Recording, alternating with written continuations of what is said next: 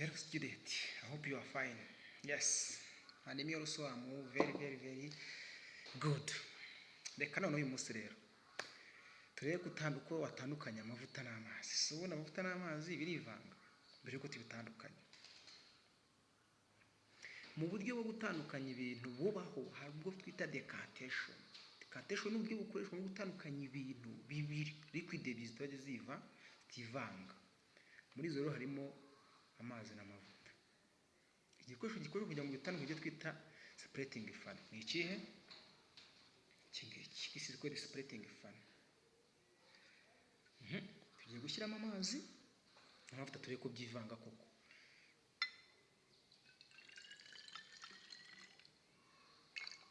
Ana amazi kamenemo n'amavuta ndebe koko. Ndebe ko ari imisibo. Imisibo ni ukuvuga ngo ntabwo byivanga habi. Kimwe kijya ukwacyo, iki kikajya ukwacyo. Amavuta ngaya nyashyizemo. Sinzi niba uri kubona ukuntu amavuta ari kugenda yiburungusha ajya hejuru. This solution, this liquid that cannot be mixed together, they are called immiscible liquids. Iyo byivanga tubyita miscible, but when they are not mixed completely tubyita immiscible. Amazi hasi amavuta hejuru. Kubera iki? Kubera ko dust y'amazi irutiye amavuta, niyo amavuta yiburungusha akajya hejuru. None ko nkeneye kubitandukanya se ndabigenzana. Iki gikoresho cyitwa separating fan. Mukurikiye ndabanza nkafunga hano, nkafungura hano. Kuki mpafungura? No kugira ngo hajyemo umwuka. Niyo mpamvu ufunga hano amazi akamanuka n'amavuta akamanuka.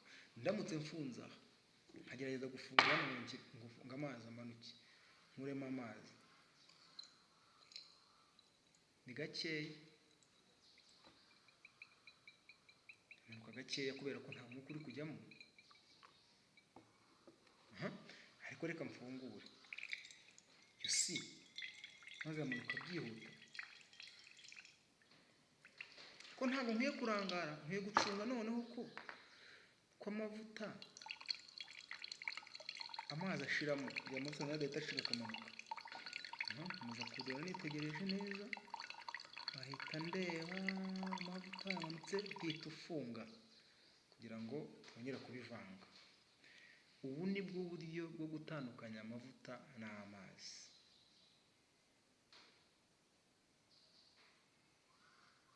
Ntabwo ari bwo buryo bukoreshwa no gutandukanya n'ibindi bitivanga, ariko amazi n'amavuta you use this material, separating fan. Narangiza nkara n'ikindi gikoresho kuri amavuta nkashyira ukwayo.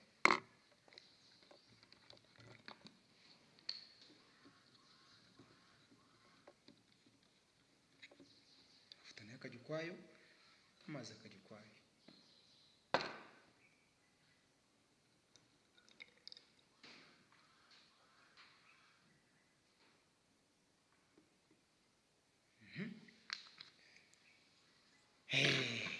This method is called decantation.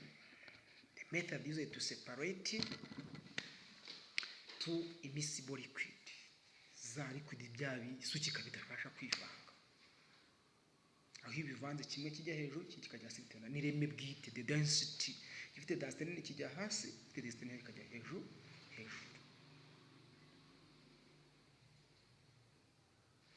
Amavuta ngaya turamaza nayo ngaya.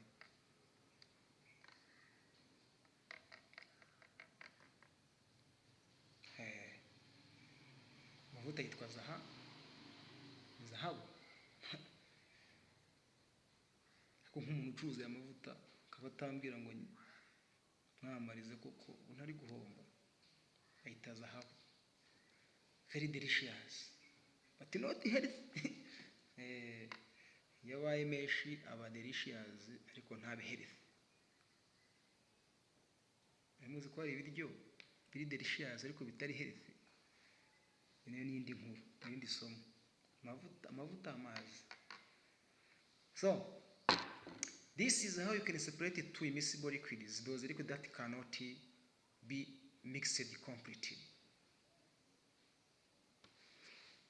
God bless you.